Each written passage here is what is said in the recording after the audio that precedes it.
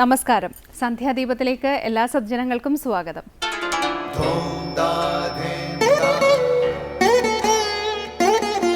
ശുഭം ഭവതു കല്യാണമായുസാരോഗ്യവർദ്ധനം സർവദുഃഖ വിനാശായ സന്ധ്യാദീപം നമോസ്തുതേ.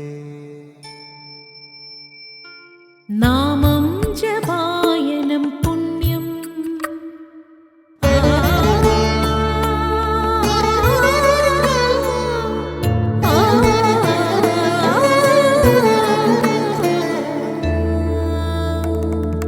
നാമം ജപായനം പുണ്യം നിരുപമദീപാങ്കുരം പോലെ സ്വരശ്രുതിലയവരമതുലം ദീവാങ്കണം മോക്ഷ സംഗീതസാരം നീളും വഴിത്താരയിൽ ജീവതാരം മന്ത്രാലാപം മായാവിൻ നിൻ പ്രസാദം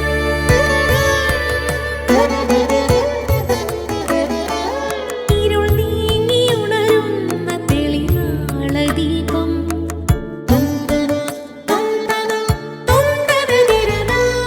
ഇരുൾ നീങ്ങിയുണരുന്ന തെളിനാളദീപം പ്രണവാമൃതം ചൊരിയുന്ന ദീപം ദീപം ദീപം ദീപം ദീപം സന്ധ്യാദീപം.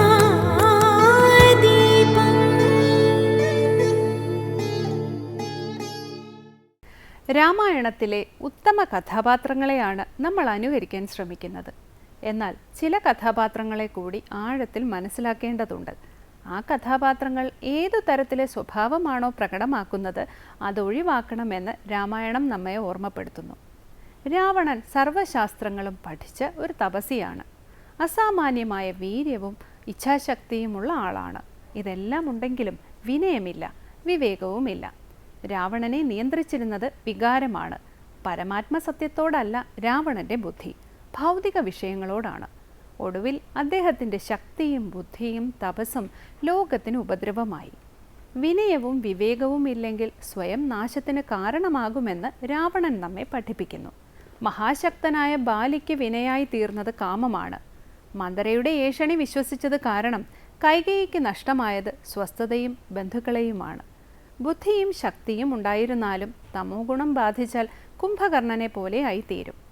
രാമനും രാവണനും ബാലിയും എല്ലാം നമ്മുടെ ഉള്ളിൽ തന്നെയാണ്, അല്ലെങ്കിൽ നമുക്ക് ചുറ്റുമാണ്. ശ്രേഷ്ഠമായ ഭാവങ്ങളെ പിന്തുടർന്ന് മുന്നേറാനാണ് നമ്മുടെ ധർമ്മശാസ്ത്രങ്ങളെല്ലാം ഓർമ്മപ്പെടുത്തുന്നത്. തുടർന്ന് ശ്രീ കാവാലം ശ്രീകുമാർ പ്രശ്നോത്തര രത്നമാലിക ആലപിക്കുന്നത് കേൾക്കാം.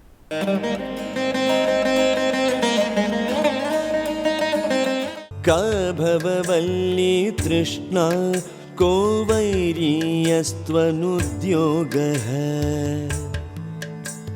മദിരേവ മോഹജനകഃ കഃ സ്നേഹഃ കേ ച ദസ്യവോ വിഷയാഃ കാഭവവല്ലി തൃഷ്ണ കോ വൈരീയസ്ത്വനുദ്യോഗഃ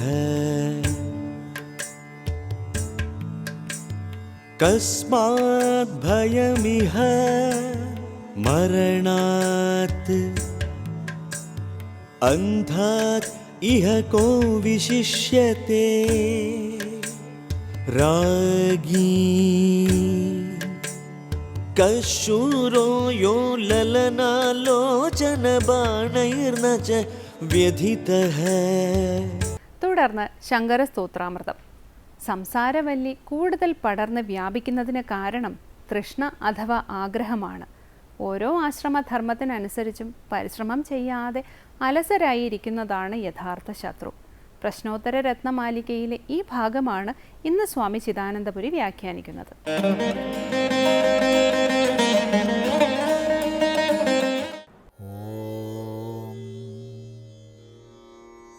ഗുരുർബ്രഹ്മാ ഗുരുർവിഷ്ണു ഗുരുർദേവോ മഹേശ്വരഃ ഗുരു സാക്ഷാത് പരം ബ്രഹ്മ തസ്മൈ ശ്രീ ഗുരവേ നമഃ. ഓം സദാശിവസമാരംഭാം ശങ്കരാചാര്യമധ്യമാം അസ്മദാചാര്യപര്യന്താം വന്ദേ ഗുരുപരമ്പരാം. പ്രശ്നോത്തര രത്നമാലികയിൽ 6-ാം ശ്ലോകമാണ് നമ്മൾ ശ്രദ്ധിക്കുന്നത്. അവിടെ മദ്യം പോലെ മോഹജനകമായത് എന്ത് എന്ന ചോദ്യത്തിന് സ്നേഹമെന്ന് മറുപടി പറഞ്ഞു. ശത്രുക്കൾ ആരാണ് എന്ന ചോദ്യത്തിന് വിഷയങ്ങളെന്ന് മറുപടി പറഞ്ഞു. തുടർന്ന് കാ ഭവവല്ലീ തൃഷ്ണ കോ വൈരീ യസ്ത്വനുദ്യോഗഃ. കാ ഭവവല്ലീ, ഇതാണ് ചോദ്യം. ഭവവല്ലി, ഭവം എന്ന് പറഞ്ഞാൽ വീണ്ടും വീണ്ടും ഭവിക്കുക എന്നുള്ളതാണ് ഭവം. സംസാരം എന്നുള്ളതിൻ്റെ പര്യായവാചിയായിട്ട് നമുക്ക് ഭവശബ്ദത്തെ എടുക്കാം. വീണ്ടും വീണ്ടും ഭവിക്കുക, കർമ്മബന്ധനത്തിൽ പെട്ട് പുതിയ പുതിയ ശരീരങ്ങളെ സ്വീകരിച്ച് വീണ്ടും വീണ്ടും അജ്ഞാനബദ്ധരായി കഴിയുന്നതാണ് ഭവം. ഈ ഭവത്തിൻ്റെ വല്ലി, വല്ലി എന്ന് പറഞ്ഞാൽ വള്ളി, ലത, അത് പടർന്നു പോവുകയാണ്. ഒരു വള്ളി പടർന്നു പോയിക്കൊണ്ടേയിരിക്കും. അതുപോലെ ഈ സംസാരം കൂടുതൽ കൂടുതൽ പടർന്ന് പടർന്ന് പടർന്ന് വ്യാപിക്കുന്നതിന് കാരണം എന്താണ്? ഈ സംസാരം ഒരു വള്ളിയായിട്ട് പടരുന്നതിന് എന്താണ് കാരണം? ഇതാണ് ചോദ്യം. കാ ഭവവല്ലി. മറുപടി തൃഷ്ണ. തൃഷ്ണയാണ്. തൃഷ്ണ എന്ന് പറഞ്ഞാൽ ആഗ്രഹമാണ്, കാമമാണ്. അതെനിക്ക് വേണം, ഇതെനിക്ക് വേണം എന്ന് പലതിലുള്ള ആഗ്രഹമാണ് തൃഷ്ണ. തൃഷ്ണാബദ്ധരായിട്ട് നമ്മൾ വസ്തുവകകളെ സമാഹരിക്കാൻ വേണ്ടി തിടുക്കം കൂട്ടും. പരിഗ്രഹം, എന്തിനെയൊക്കെ പരിഗ്രഹിക്കണം, എന്ത് പരിഗ്രഹിക്കേണ്ടതില്ല എന്നുള്ള വിവേകം നഷ്ടപ്പെട്ട് നമ്മൾ പരിഗ്രഹ സ്വഭാവികളായി മാറും. എന്തിനെ നമ്മൾ പരിഗ്രഹിച്ചു അത് നമ്മളെ ബന്ധിക്കുകയും ചെയ്യും. അത് നമ്മളെ വലയത്തിൽ തളയ്ക്കും. പിന്നെ ആകെ ആ വലയത്തിനുള്ളിലൊരു സുഖമാണെന്ന് അഭിമാനിച്ചു കഴിയും. അതാണ് ഈ സംസാരത്തിലെ സുഖം. ഈ സംസാരത്തിൽ പരമാർത്ഥത്തിൽ സുഖത്തിൻ്റെ ലേശവുമില്ല. അപ്പം ഇതിനെ, ഇങ്ങനെയുള്ള സംസാരം പിന്നെയും പിന്നെയും വ്യാപിക്കുന്നത് എങ്ങനെയെന്ന് ചോദിച്ചാൽ അത് തൃഷ്ണ കൊണ്ടാണ്. ആഗ്രഹങ്ങൾക്ക് അറ്റമില്ലല്ലോ. അത് വേണം, ഇത് വേണം എന്ന നിലയ്ക്ക് അതങ്ങനെ പടരുകയാണ്. അതിനനുസരിച്ച് സംസാരവും വിപുലമായി തീരും. അതാണ് കാ ഭവവല്ലി തൃഷ്ണ കോ വൈരി. അടുത്ത ചോദ്യം ആരാണ് ശത്രു എന്നാണ്. കഹ വൈരി, നമ്മുടെ ശത്രു, യഥാർത്ഥ ശത്രു ആരാണ്? അവിടെ മറുപടി പറഞ്ഞു യഹാതു അനുദ്യോഗ. അനുദ്യോഗമാണ് ശത്രു. നമ്മൾ ഏത് മേഖലയിൽ ജീവിക്കുന്നവരോ ആവട്ടെ, ബ്രഹ്മചാരിയെന്നോ ഗൃഹസ്ഥനെന്നോ വാനപ്രസ്ഥനെന്നോ സന്യാസിയെന്നോ വ്യത്യാസമില്ല. ഇതെല്ലാം ആശ്രമങ്ങളാണ്. ഈ ആശ്രമങ്ങളെ അതിക്രമിച്ച അത്യാശ്രമികളെ സംബന്ധിച്ച് ശാസ്ത്രം ചിന്തിക്കുന്നില്ല. അവർ അവധൂതന്മാരായി സർവ്വലോക ബാഹ്യന്മാരായി കഴിയുന്നവരാണ്. അല്ലാതുള്ള ആശ്രമികളെ സംബന്ധിച്ച് മുഴുവൻ എല്ലാ ആശ്രമങ്ങളും സ്വന്തം തപസ് അനുഷ്ഠിക്കാനുള്ള ഘട്ടങ്ങളാണ്. ആശ്രാമ്യന്തി അസ്മിൻ ഇതി എന്നാണ് ആശ്രമ ശബ്ദത്തിൻ്റെ നിരുക്തി. അപ്പോൾ എവിടെയാണോ പരിപൂർണമായി ജന്മലക്ഷ്യപ്രാപ്തി വരെ ശ്രമം ചെയ്യേണ്ടുന്നത്, തപസ് ചെയ്യേണ്ടുന്നത്, അതാണ് ആശ്രമം. ഇപ്പോൾ ഓരോ ആശ്രമത്തിൻ്റെയും വിജയത്തിന് കാരണം സ്വന്തം ധർമ്മം മനസ്സിലാക്കി തപോനിഷ്ഠമായി അതിനെ പ്രയത്നപൂർവം സാക്ഷാത്കരിക്കുക എന്നുള്ളിടത്താണ്.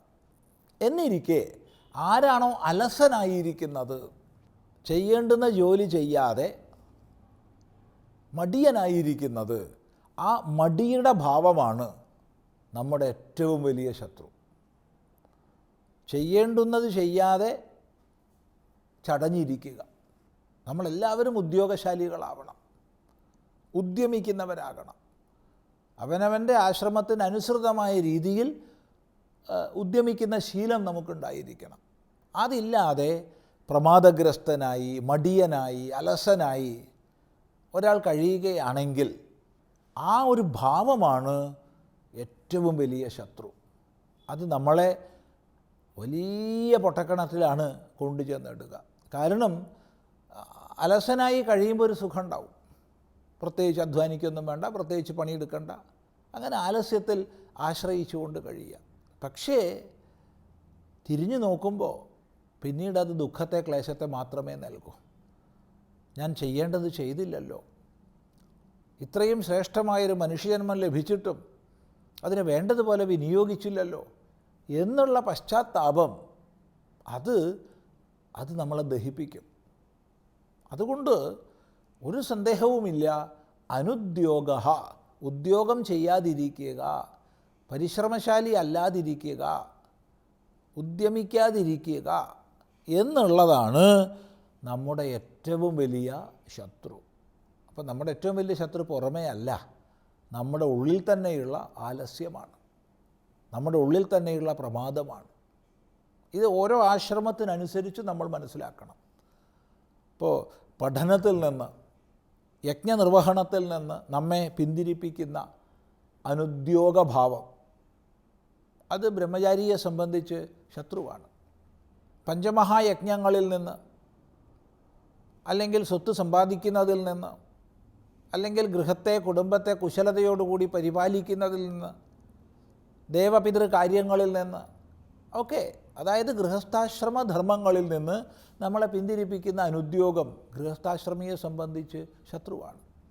അതുപോലെ തന്നെ വൈരാഗ്യജനകമായിരിക്കുന്ന, ചിത്തശുദ്ധികരങ്ങളായിരിക്കുന്ന സൂക്ഷ്മ ഉപാസനകളിൽ നിന്ന് നമ്മളെ പിന്തിരിപ്പിക്കുന്ന ഭാവം വാനപ്രസ്ഥനെ സംബന്ധിച്ച് ശത്രുവാണ്. ആത്മാനുസന്ധാനം, വേദാന്ത വിചാരം, ഇതിൽ നിന്ന് പിൻവലിപ്പിക്കുന്ന ആ അനുദ്യോഗഭാവം അത് സന്യാസിയെ സംബന്ധിച്ച് ശത്രുവാണ്. ഇങ്ങനെ ആശ്രമഭേദത്തിനനുസരിച്ച് മനസ്സിലാക്കണം. ഏത് വിധത്തിലായാലും പ്രമാദം, ആലസ്യം, മടി, അതാണ് ഏറ്റവും വലിയ ശത്രു എന്ന് നമ്മൾ മനസ്സിലാക്കേണ്ടതാണ്. തുടർന്ന് നമുക്ക് അടുത്ത പ്രാവശ്യം വിചാരം ചെയ്യാം.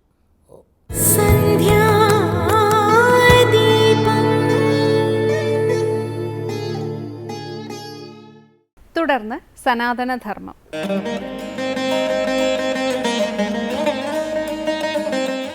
നമ്മുടെ ദൈനംദിന ജീവിതത്തിൽ നമ്മൾ കേട്ടിട്ടുള്ള ഒരു വാക്കാണ് അവബോധം. അവയർനെസ് എന്നൊക്കെ പറയും. ബോധവും അവബോധവും വ്യത്യാസമുണ്ട്.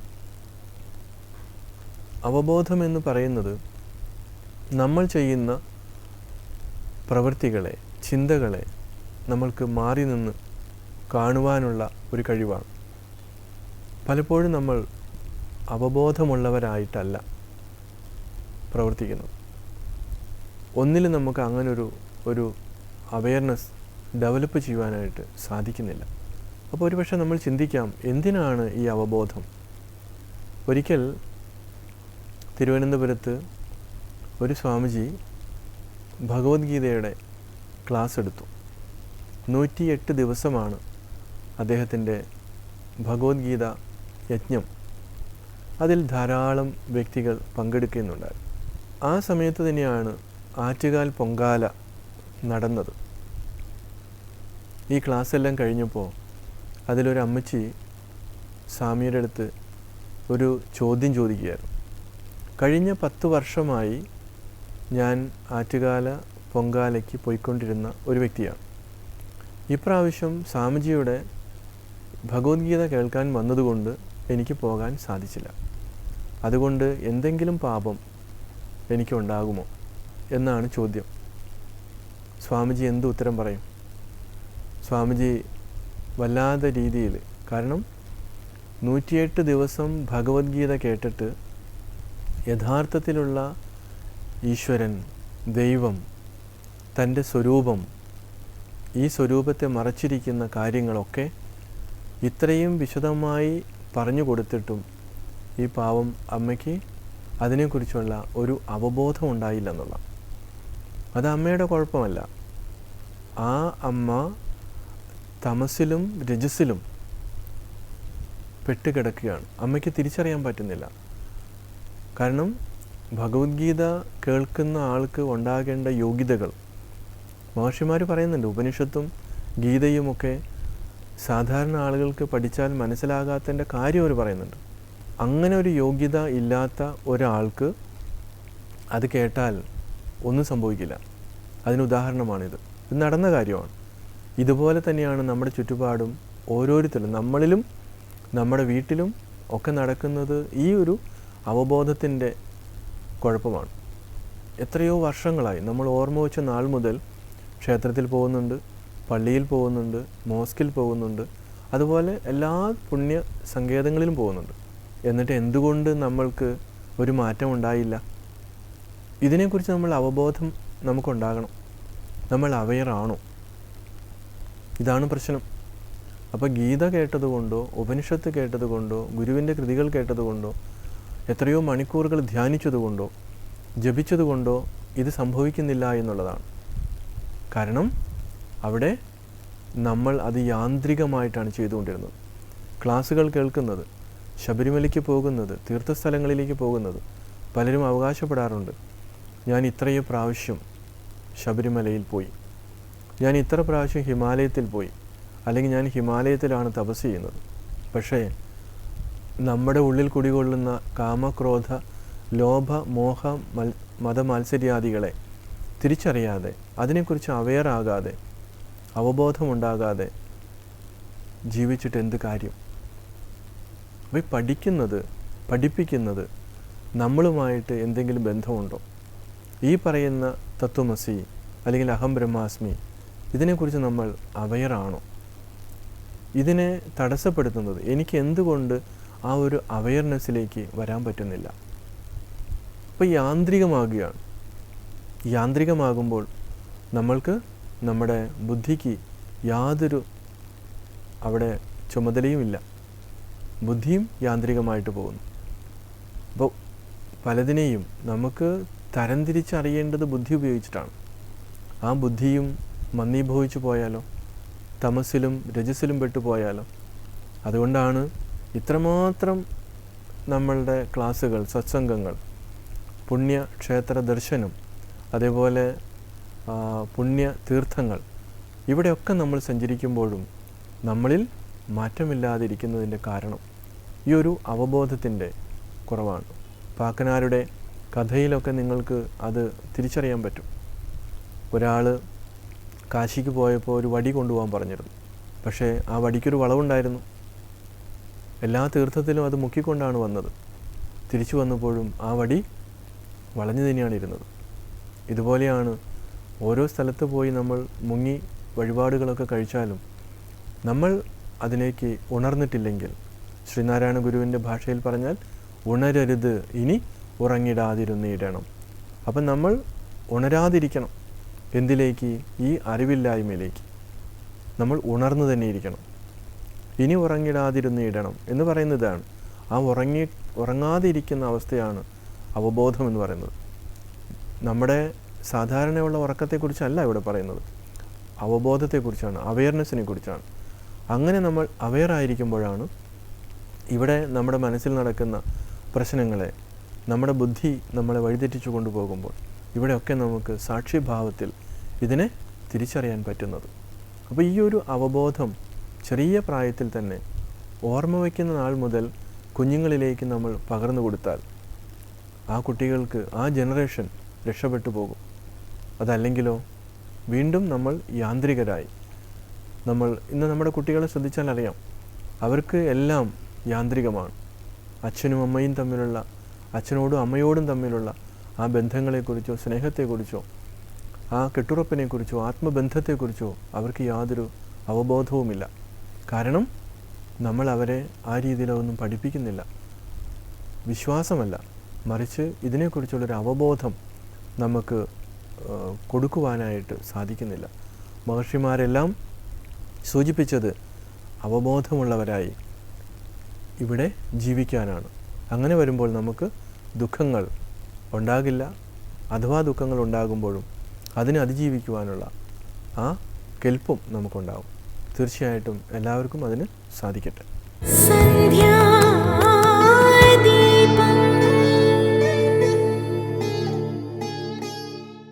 ഇനി ദീപാരാധനയാണ്. ക്ഷേത്ര സന്നിധിയിലെത്തി മംഗളാരതി തൊഴുത് ഇന്നത്തേക്ക് മടങ്ങാം.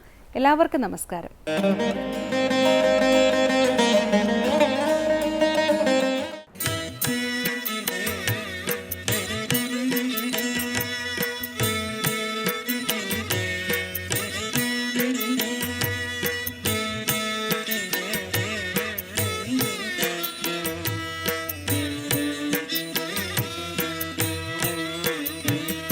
षडाधारपङ्केरुहान्तर्विराजत् सुषुम्नान्तराळेति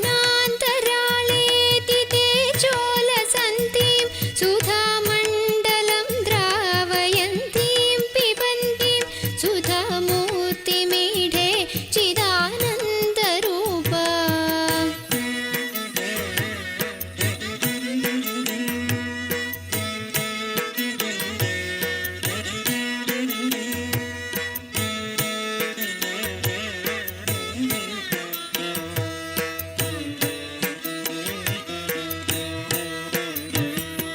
ज्वलत्कोटिबालार्कभासारुण